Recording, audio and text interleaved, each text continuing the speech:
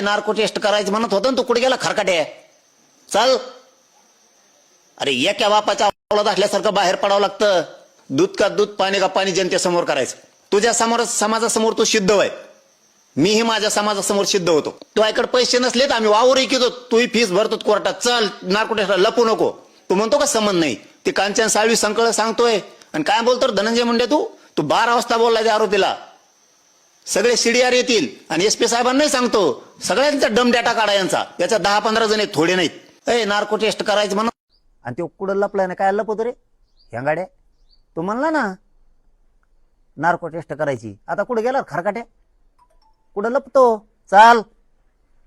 इथं पेन नाही, इथं नार्को टेस्टला निघायचं. आता शानफाना करायचा नाही. कशाला त्या गोरगरीब वंजाऱ्या रस्त्यावर उतरतो? तू पाप करणार आणि त्यांना फेडायला लावतो का? आता ओबीसीला मध्ये आणतो कशाला? याचा अर्थ तू त्यांना रस्ता रोक करायला लावला, याचा अर्थ तू दोषी.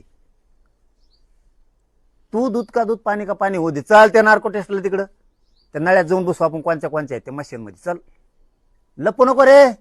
तुला सुट्टी नाही आता. तिकडं चल. मी माझ्या मराठा समाज इतका चौतळ्याला असून शांत केलाय, कारण इथं आता दूध का दूध, पाणी का पाणी होणार आहे. तू अर्ज लवकर कर. तुला सांगतो, लपू नको तिकडं. अजय दादाच्या पदराच्या आडून घे. इकडं अर्ज कर, नार्को टेस्टल कर. चल लवकर.